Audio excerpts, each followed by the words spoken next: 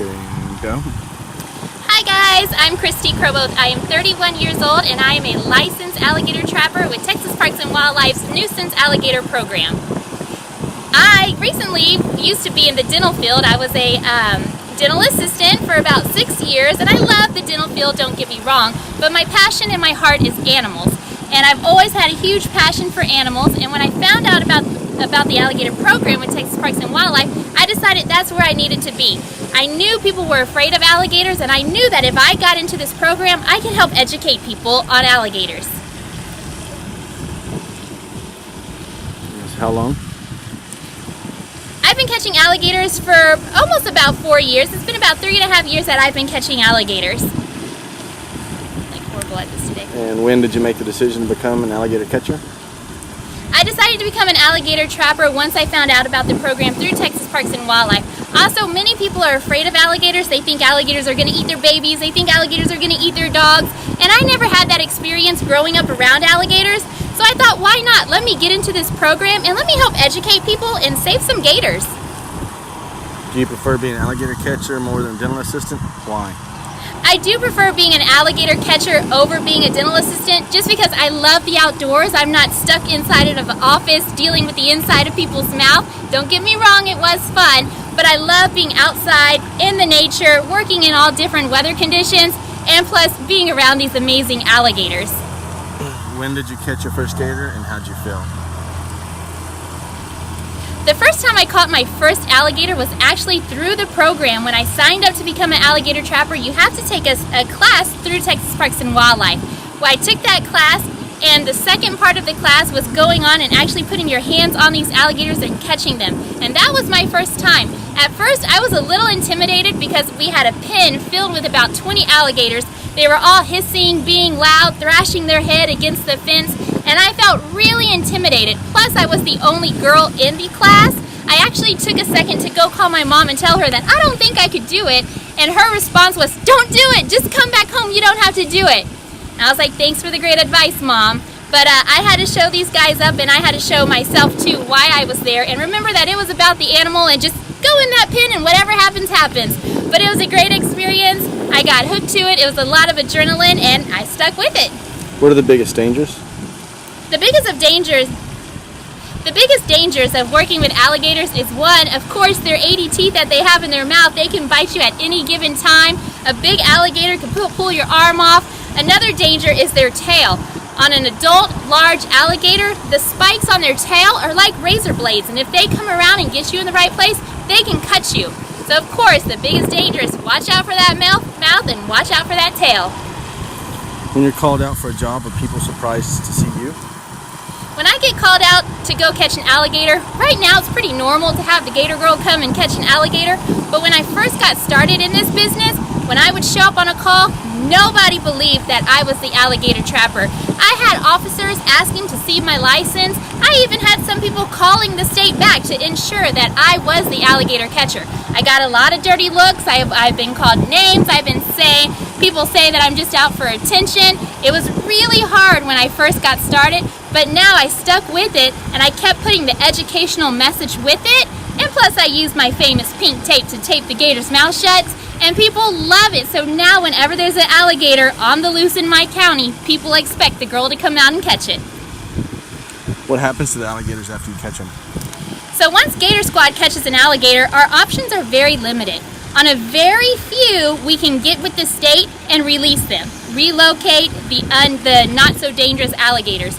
An alligator that's swimming up to people looking for food, looking for a handout, or an alligator stalking people around the pond, those are the dangerous ones that we cannot release.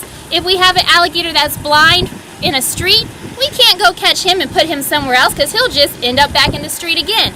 So we're fortunate enough to where we have a farm about an hour away from us who takes some of our alligators. So our unreleasable alligators, we're able to take them there.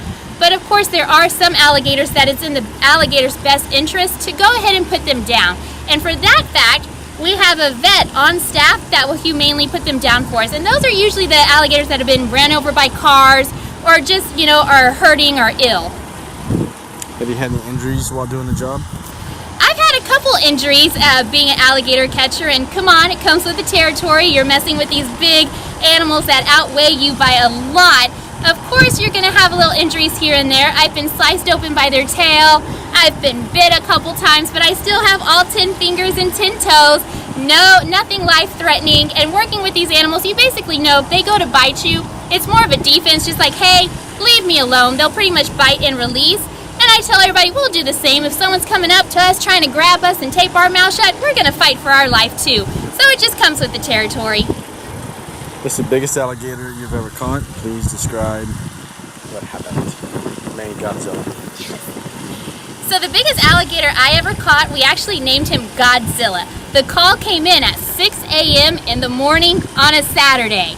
So the call came in as a 6-foot alligator in the parking lot. So I figured, hey, 6 foot, that's routine. None of my volunteers and Gator Chris, my catch partner, nobody was answering their phones because, again, 6 a.m. on a Saturday. So the one person who answers their call is Mom, right? So I call my mom, we get in the car, we go out to this store to catch him in the parking lot, and it turns out instead of 6 foot, he was 13 and a half foot. He was huge. A typical alligator catch on land should take maybe 20-30 minutes. This catch took 4 hours. And luckily we were at a home improvement store that let us use their forklift to lift the alligator up and put him in our truck because he ended up weighing over 900 pounds. And how did we come together to create Gator Squad? So me and Gator Chris came together and created Gator Squad because as soon as I got my alligator trapping license, there was no one doing my county that I live in. Chris lived in Harris County, and at the time he was also doing my county. Well, when I got my license, I took over my county. Chris noticed that I was new, so he gave me a call and he's like, hey, do you want to catch together? I can teach you a few things. So we started working together and we just realized that we clicked. You know, Chris is really aggressive towards the animals and in their face, and I'm more motherly towards the animals, and both of our opposite personalities just attract, and we worked really well together. We knew we had something going, so we formed Gator Squad, and now we go after these big HOA communities, and we actually contract with them to take care of all their alligator populations. Okay. And then we can always pause it so they can edit it out. So how long has Gator Squad been together? Gator Squad has been together for about 3 years. We're going on to 4 years. We got started 3 years ago. Gator Chris has been doing alligators for way over 25 years, but we officially just formed Gator Squad for about 3 years. How many alligators does Gator Squad get each year? It's dependent. Animals are cyclical, just like crops and other things. Last year, Gator Squad caught upwards of 150 alligators, but we had some floods and some other events that pushed alligators into other areas. This year, 2017, we're not even on pace to set half of that, which is fine with us.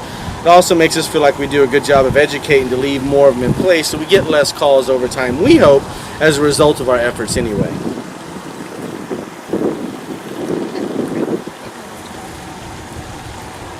Okay, what work outside of catching alligators does Gator Squad do? And then you'll have, what do you hope to accomplish during gator safety seminars? So the work that we do, that Gator Squad does outside of just catching alligators, is we do a lot of education work. We take our baby alligators into schools, into communities, and into private events and teach people alligator safety and what to do if you see an alligator. We try to kill the curiosity let me start again. Starting over again. So Gator Squad does a lot of work besides just catching alligators. We'll take some of our baby alligators into communities, into schools, into private events, and try to teach kids and adults about alligators and alligator safety, as well as what to do if you see an alligator. We let everybody pet our baby alligators, we let them hold them, we let them take pictures with them, and we hope that by doing that, it kills the curiosity, so maybe a kid won't want to walk up to an 8-foot alligator in a pond and try to touch it. So we do a lot of community events and a whole lot of education. What do you hope to get out of education seminars? So kind of like why we're going.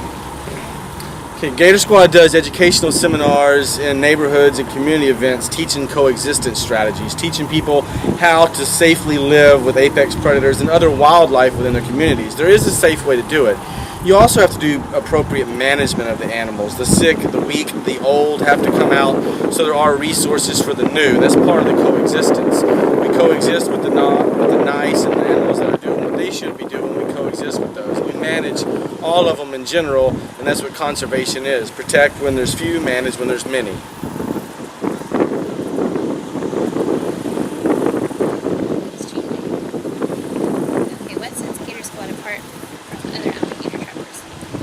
So what sets Gator Squad apart from other alligator trappers in the U.S. is that we feel that we really take the time to educate, and we're also a voice for alligators. A lot of alligator catchers, even in Texas, they don't necessarily catch alligators. They show up for a call and they kill the alligator, and in turn they sell it for its skin and meat.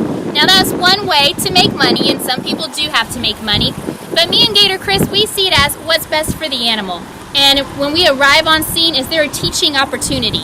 So when we show up on a scene, we want to see what we can do with this alligator. Can we take him safely? Can we relocate him? What are his options? As well as, is there a crowd around? Can we teach people about these alligators?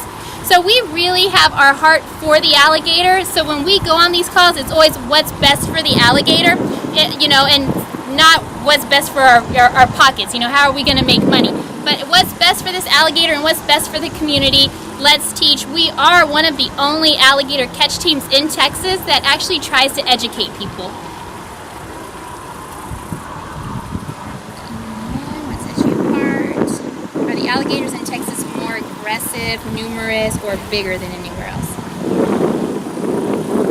Are the alligators in Texas more aggressive or bigger than in other states? Everything's known to be bigger in Texas. And Gator Girl, she's rode the gator for more than 8 seconds on national television and surfed the entire internet.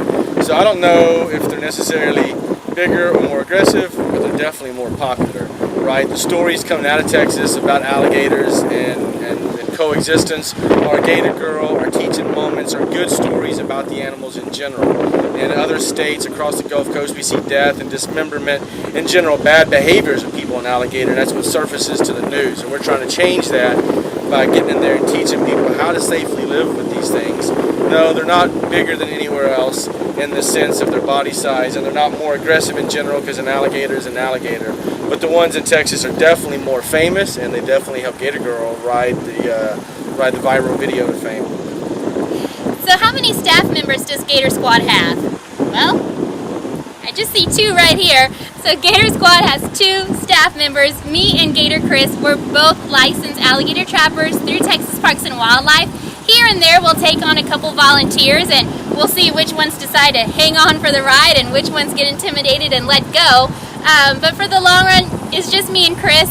We try to catch all of our calls together, but sometimes that's just not happening. It's hard for 2 people to be in the same place at the same time all the time. So there is a lot of times where we catch independently, but we constantly stay in communication as far as what's going on, what happened with the alligator and stuff like that.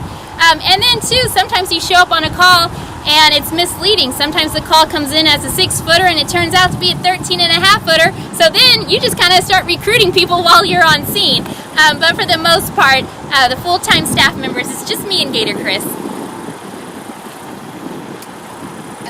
Where is the oddest place that you have been called out to catch an alligator? Oddest place, aside from swimming pools and lift stations and Behind the water park. Yeah, behind the water park is interesting. I think, Home Depot parking lot. I think the oddest place is a lizard.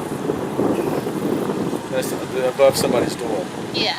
You got to tell that story. Okay, back to me. So the oddest place that I've ever caught an alligator, besides underneath a car, in a swimming pool, on a runway at an airport, or at a water park, was probably an alligator above a door. How that happens, I have no idea.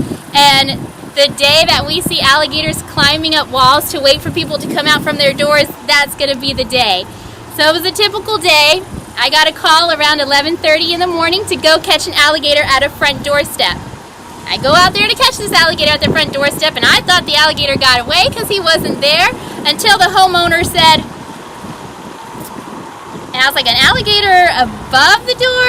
I look up, and it's a little bitty yard lizard that you would have running around in your bushes or on your windowsill or maybe on your fence.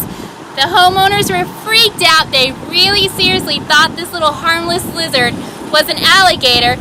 And I said, do you want to see him? And they freaked out, but I safely relocated the alligator to the neighbor's yard. So that was a really odd place for an alligator to be above a door. So that's our crazy alligator story for the season. What are some of the most dangerous situations you've been involved in catching alligators? Some of the most dangerous situations involved when we're catching alligators is when we're in the water with them. An alligator on the land is an alligator out of its elements, out of water, so to speak. They're built for the water. They can move extremely fast in the water. They can hide in the water, and they can really surprise you in the water. So being in the water with them when you can't see them, or climbing inside of a culvert, a pipe, and the alligator's in the other end, those are always kind of scary, freaky moments where you're wondering if you got the best job in the world or the worst, right? But you hope the alligator goes the other way, but sometimes he's running right at you. And I've been in ponds swimming before, and the alligator, it was so dark in the pond I couldn't see through the cloudy water, and literally the alligator swam underneath me, and I saw his back go by. And he goes, woo!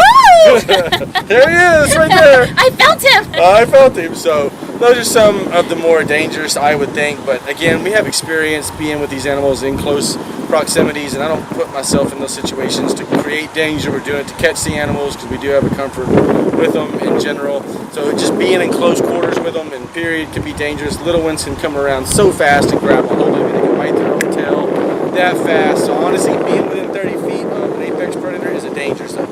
That's what the law says. Stay 30 feet or more away from these animals anytime you're encroaching that 30 feet. It's not a natural situation for the alligators, and they're going to respond in kind whenever they feel threatened or whenever they feel, you've gotten too close, and they got to get aggressive. So what I would tell people looking to become an alligator trapper is you got to do it for the right reason. Don't get into this business thinking you're going to make the news or you're going to make the newspaper headline and you can become famous from it. No, that's not true. There's tons of other alligator trappers here in Texas that we don't even know their name, but they're out there doing what they enjoy doing. So if you're going to become an alligator trapper, you definitely have to have a whole lot of heart. You have to have respect for the animal. If you go out there thinking that you got this in the bag, that's when accidents happen. You have to take each situation as a new situation, and even though you might have caught an alligator on land 100 times, when you walk up for that next call, you got to treat it like a new situation because every alligator is different. Every alligator has a different personality and a different behavior level. So you have to have the right heart, especially us being here in Texas and working in 100-degree temperatures and humidity, being in Texas swamps with our big old mosquitoes that look like horses flying around. It takes a lot. It's a lot of hard work. We have our good days, we have our bad days, but if you're doing it for the right reasons and you're doing it for the animals, then of course you can make a career out of it and you can be perfectly happy with what you do. So definitely if you're thinking about this, put a lot of thought into it. Don't do it for the wrong reasons. You have to do it for the right reasons. Okay. That's it for that. Do you want to film yours here? Or? Yep. Get it all done. Howdy folks, my name is Gator Chris. I am a nuisance alligator control hunter for Texas Parks and Wildlife and a founder and partner in Gator Squad. What made me become an alligator trapper was just a necessity, essentially.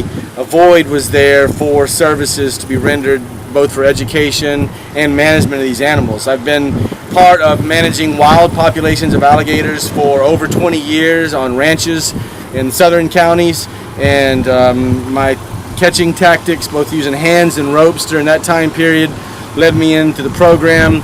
I got a call from the program director and asked if I wanted to be part of the nuisance when it started 4 or 5 years ago, and I said sure, yeah, I'd love to be part of the nuisance program, and kind of the rest is history. How long have you been doing it, and what were you doing before becoming a alligator catcher?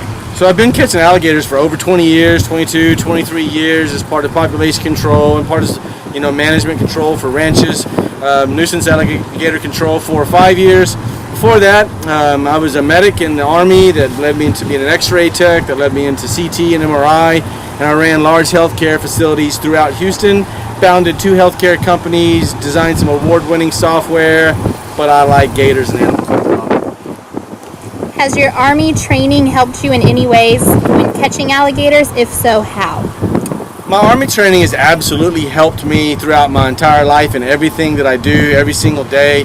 One, it's helped me in alligator trapping because I have the team concept, and Christy and I are a team, we're a squad, we're together on these missions, so that approach is one. And then 2, just the thinking, the protocols and the standard operating procedures that we have for catching, is very tactical in its design, and we do the same thing the same way every single time, and then change our tactics based on the animal, based on the action, what's going on, and that thinking definitely come from the military. Do you get the same rush catching alligators that you do when you skydive? Do I get the same rush catching alligators as I do when I skydive? It's different, but yeah, there is a lot of adrenaline and there is a lot of requirement of being based in the now. You really have to focus. I love skydiving and catching alligators because you have to be in the now. You have to focus on the animal or the air right in front of you. You have to focus on what's going on, because if you get complacent or you get scared, you're going to wind up dead or injured. So those activities, spearfishing, shark diving, cave dives, where you have to dial in and be part of the now and think through or rely on your instincts for each moment, those are the moments that I live for. Would you say you're an adrenaline junkie because you skydive as well as catch alligators? A lot of people ask if I'm an adrenaline junkie because I skydive and because I catch alligators and because I like shark dives and cave dives. And I don't see it as being an adrenaline junkie. I see it more as seeking out the adventures of life. And if I can see the thrills of 13,000 feet and surf the air all the way back home, be involved in teaching and catching some of the largest apex predators by hand with our brains and Gator Girl, be involved in in those sort of activities, that's adventure and that's life, and I can make a difference there, and that's why I like being part of those. Adrenaline junkie, maybe a lot of people would call me adrenaline junkie. I just call it living. I say get outside and live life. Live life. Have fun. Hoorah. That it? That's it. Ding dong. That's a wrap. That's a wrap. The light got perfect. Let's redo yours. Huh? The light's perfect now. Let's redo yours. Yeah, right.